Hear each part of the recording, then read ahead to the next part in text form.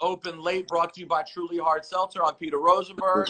There they are. Back to back. A little Quavo, Takeoff, Offset.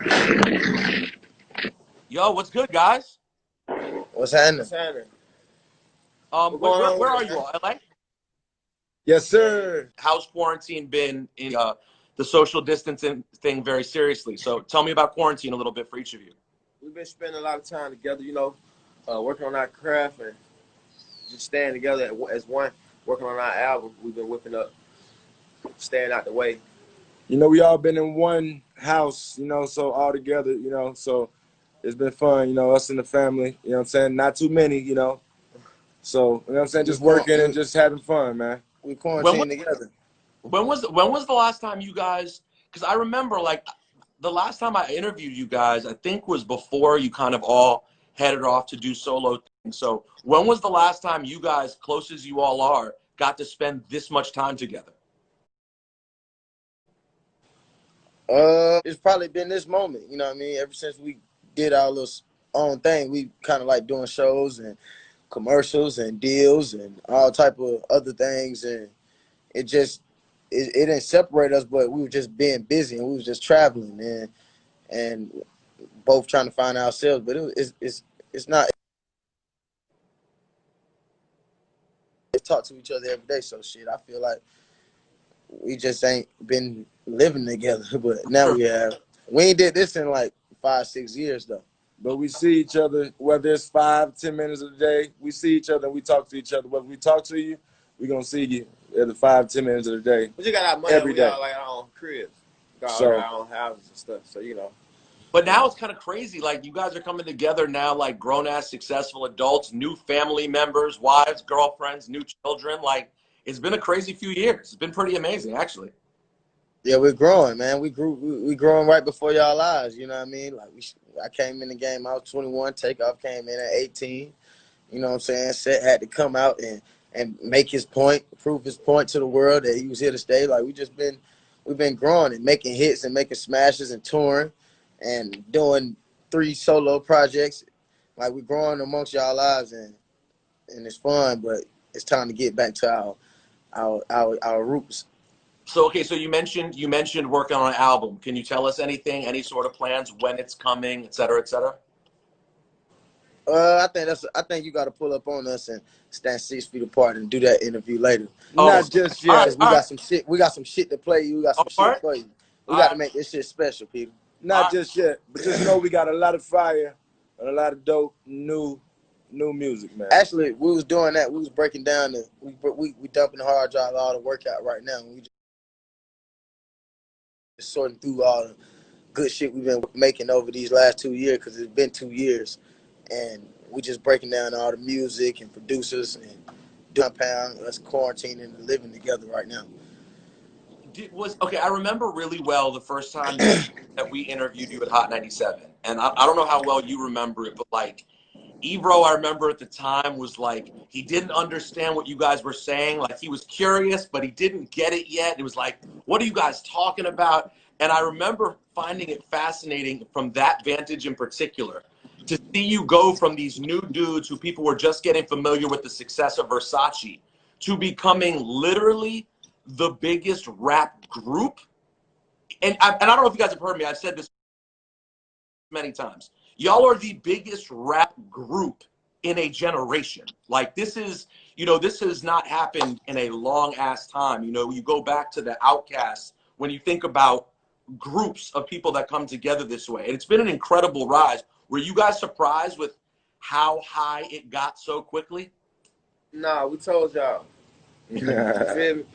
But it's crazy. Shout out to Ebro. He didn't understand it, but now it's like, we won't blame him. It's crazy because like the whole industry of name cadence that he didn't understand. Crazy. You know what I'm saying? That's like the heart and the body. You gotta, in all music, I feel like right now, without that you can't get nowhere without it. Ain't nobody came out, they might got a different voice, different tone, but that cadence, that Migos flow is in every mouth in music. And then like even and then a lot of these guys, guys, everybody, you know what I'm saying, started with, or just, you know what I'm saying, kind of like came in the game with them together. We came from nothing all together, so it's just good to see everybody in the game who in the position who actually just came up under the same cadence and the same umbrella. You feel me? Kind of like same style of music, and everybody kind of running the world. So it was just kind of like Ebro was just he went on the time right then. No, but he got there. We all got there, man. Yeah, And that's my like, brother, though. Now he there. That's my Now, brother, though. That's my now, dog hey, now. now Ebro, you there? We love you to death, but you know we on your ass for that one. You missed one. That's You my missed dude. one. It's my dog now. Shout out to Ebro, man. He Yo, get it now. so the how important was Versace, and in particular, looking back now, how important was the Drake feature moment for you guys? What do you think that did for you at that time? Oh, that was most definitely a blessing, of course. You know what I'm saying? It took us it was like we was already on the rocket, and you know, like that extra, what they call that, Oh, we didn't have the fuel.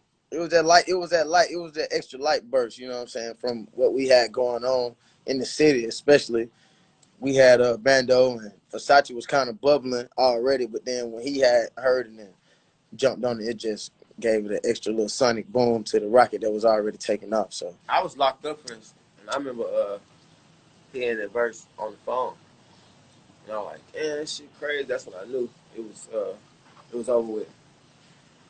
Yo, Offset, it must have been crazy for you too. Like, was there any part of you when you were gone and they started blowing up?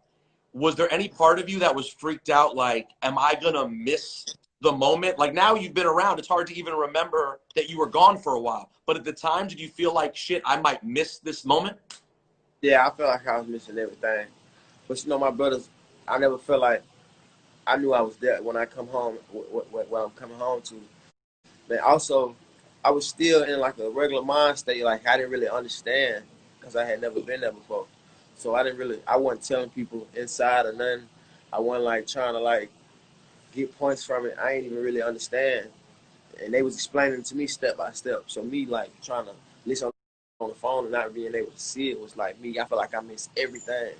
You know what I'm saying? Some important parts of our career that what made us. Well, You it know what I'm saying? also must have felt crazy to like you go away and you guys are at one level, which is like, you're building, and then you come out and the Migos is a thing. It must have been crazy just as an adjustment to see how popping you guys were.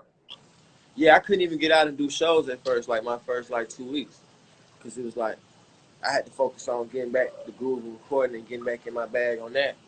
And then when I did go out, like people ain't noticed it, but like my movement wasn't there yet. Like in the beginning, because it's like I ain't never had been in front of no 10,000, 20,000. We at Clark, Atlanta, and there's 30,000 kids in this gym. Yeah. And they know our songs word for word. I remember we was just in the VIP, and the 10 boys, our 10 partners with us, we just singing our songs. So I had to get used to that. That was crazy. The word is what I've heard, and what I've been told is that the next album though is That's correct. We I ain't gonna cap though. We still be going back and forth like Yeah, we really should we go debating ahead to him? it's still a Like conversation. like a real deal debate, but we don't. We leaning towards changing it. leaning towards changing a little bit, Yeah. trying to give them a new chat. But still, we're gonna come. You feel me? Still, we still got to keep that Something. involved. Yeah, but you know what I mean. We try to. I don't know. This is a debate right now. Offset, is there any and I apologize, this has been asked to you and I've missed it. Is there any connection at all between the word culture and you naming your child culture, or no? Oh yeah, of course.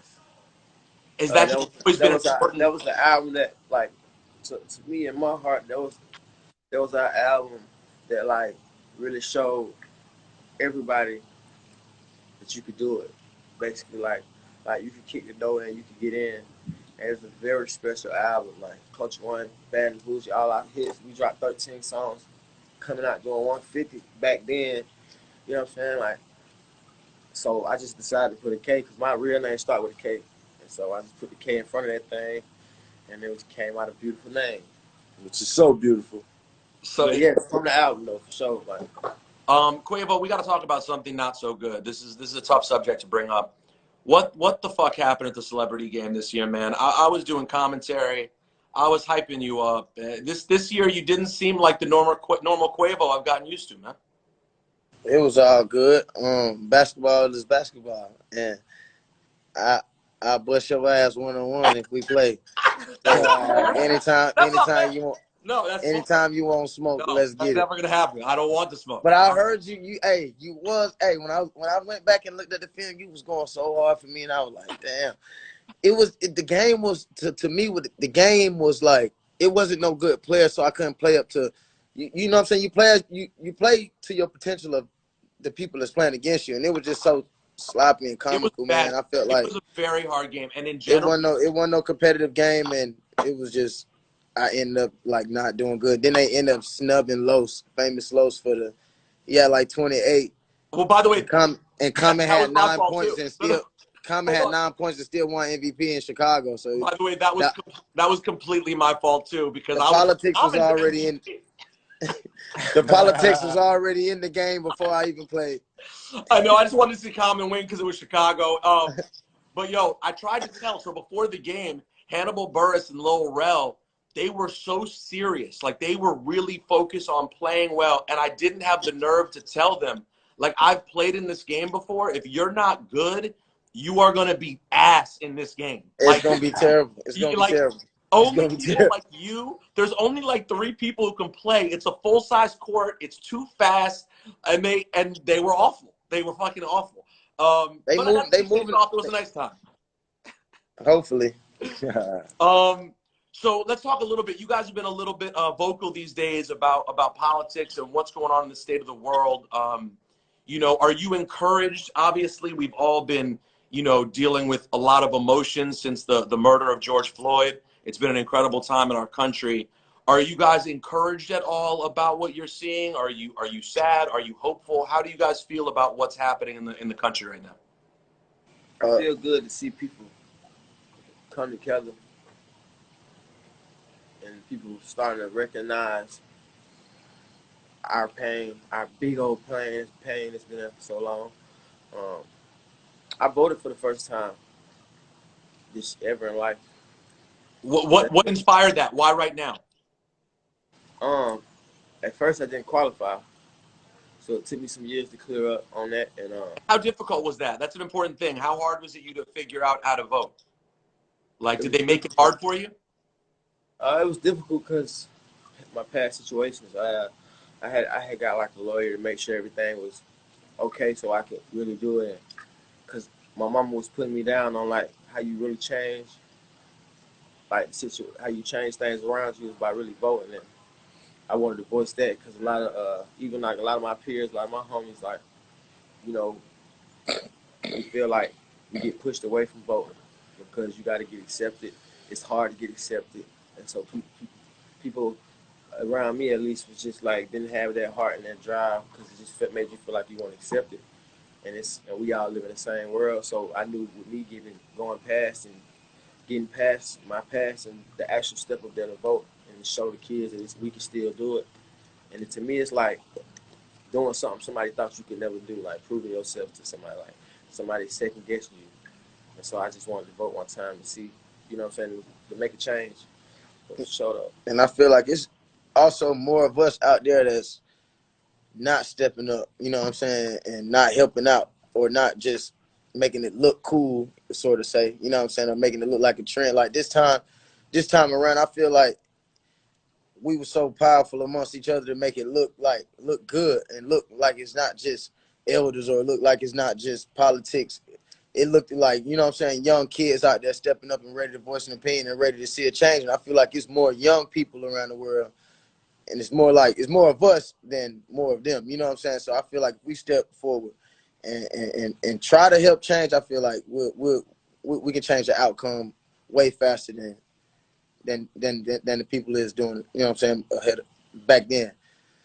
Takeoff for you as an artist, like what level of responsibility do you think you have as you make music right now to sort of address what's going on in the world?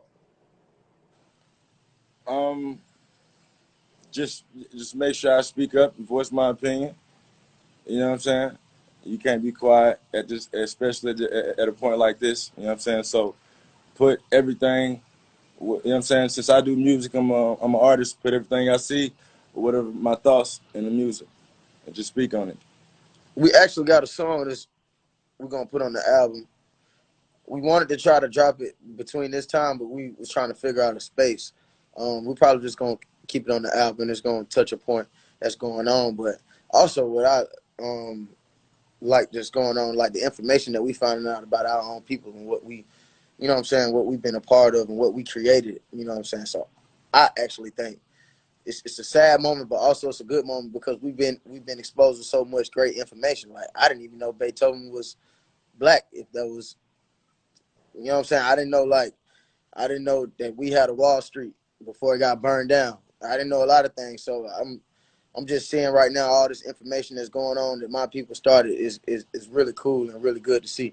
Did you how growing up in Atlanta?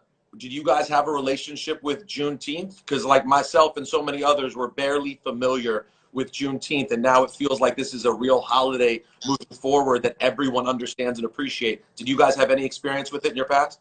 We were never taught that in school. We never Yeah, even. I actually found that out like literally less than a week ago. Yeah, I didn't We know. never I didn't know taught about that. Juneteenth. The only thing I knew about was July 4th. I didn't know that. That's all I knew.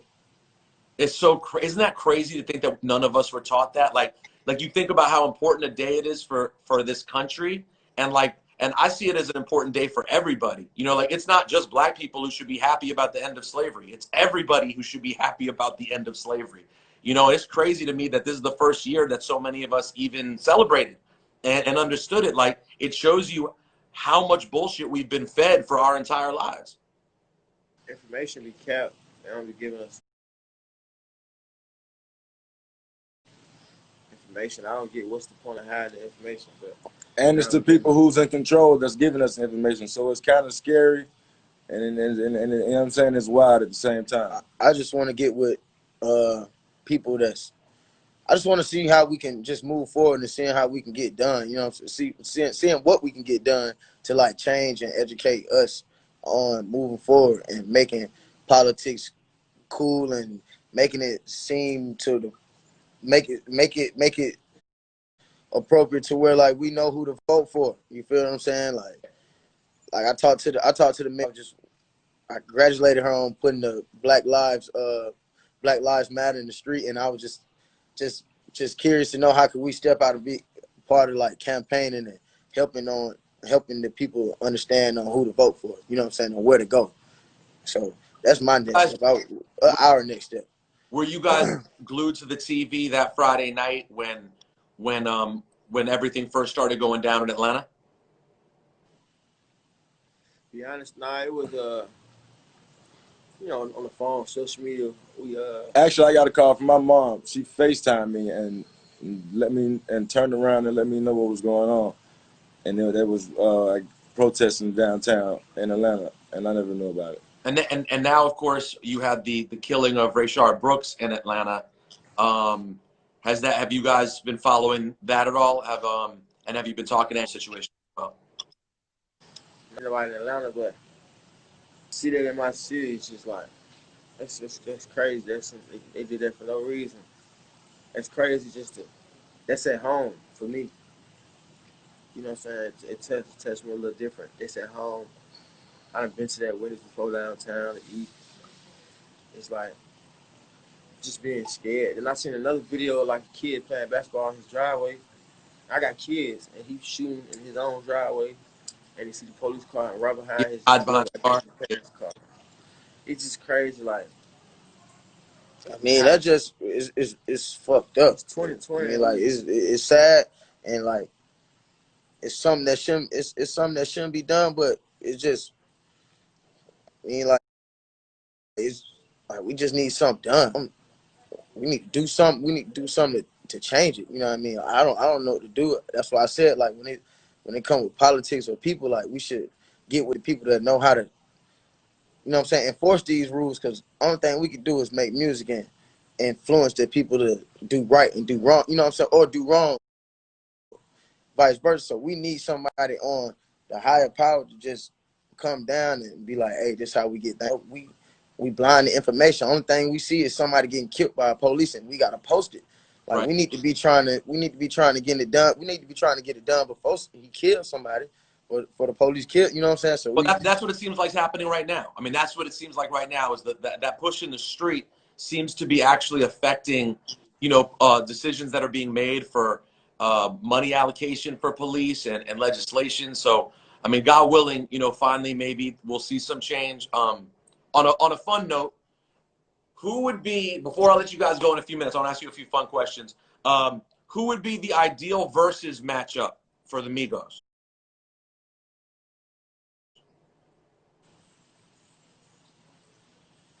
The catalog alone. Mm-hmm. That's a good one. That's a good one.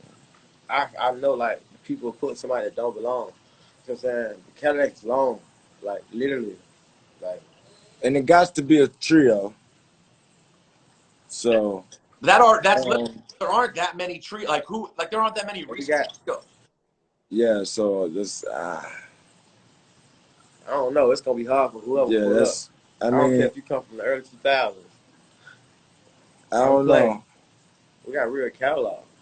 So what if we went with a legendary group? What if it was someone like Outkast, another Atlanta, the legends from Atlanta? But that's a two-piece. True, it's still a two-piece, but there aren't a lot of threes. Yeah, see, that's what we win at. A little, you know what I mean? What do you think it is about you guys that makes it work, as allowed you guys to maintain such a good relationship through We all? all got it. When you all got it, like we all got it. Each man got it. The sauce is here. There's no confidence break up because they ain't got no confidence. They hate to shine. I like for my man to shine. I like for my other man to shine. I don't mind if I don't shine. Like it ain't never been that. We gotta come home to our family, and our family's family. And At we the end of the all night. family. And we got the juice. We You have real never seen family. it this way. It's never been this way, bro. 3 artists who on the mic got the juice, bro. who you want to see us battle? We're real family. We sit down at the table together. Yeah, They no, got to line up. listen, I think it would be fun. I think from a generational, because these days the battles are changing. They're less about being antagonistic. It's definitely more about having fun and celebrating. So I would love the cross-generational Atlanta shit with Outkast. I think that would be incredible. What's your relationship like with the Nate? Man, the next, bro, is my dog, bro. And he's a humble dude, bro. He was telling me like, before I had met him, he wasn't trying to like be around nothing like that. He was ready to just go ahead tied up, and then he was like, he didn't think that I would know him. And he heard the song. I reached out. He couldn't come to LA at first, some health issues, and now he got past all of that. And he called me one day like, bro, this brightened my life up. And I was like, man, you don't know how much like we grew up watching you. You had a Rolex, Jets, you've been flexing. He was like, for you to understand it, I don't think your age, I don't think you understand. He was like, since then, bro, my health went up, my travel went up, my bankroll went up. So shout out to my boy, Rick, man. The Yeah. nature boy. He pull up to all events dealing with us. He around. He Yeah. came to last year. He come to everything we at. And he's just a cool dude. He loves y'all, man. Talk to him about it. It did mean so much. Days while he's still here to smell his roses, like he really appreciates it. It's dope. I want one last thing before I let you go. Lil Baby dropped a great record last week. I was proud of him. I thought it was an awesome topical record. Have you been impressed and proud of his moves? He's been doing his thing, man. He's become the guy. For sure. Did you hear the record I'm talking about? Yeah.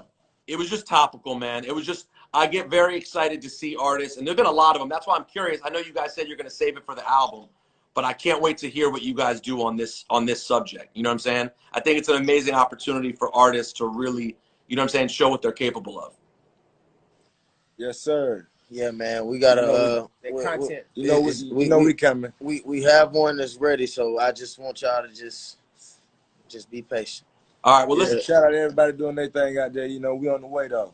And I appreciate you guys using your voice. I really appreciate you coming on to talk, man. Like I said, y'all are the biggest rap group of a generation. So I value your time and I appreciate it. I'm When we drop considering. that album, What did you say? when we drop that album, when we doing that album roll up, Let's go, bro. I was about that sit down player in the mansion, Yeah. smoke Yeah, cigars. that eye to eye. Well, listen, I'm considering later in the summer, if I'm brave enough to get on a plane, I'm considering coming out there. So let's do a socially distanced listening if I come out there at the end of July. Let's do it. Sounds good. Yo, I appreciate you guys, man. Be safe. Say what's up to your family and take care. Appreciate it, man. Love, man.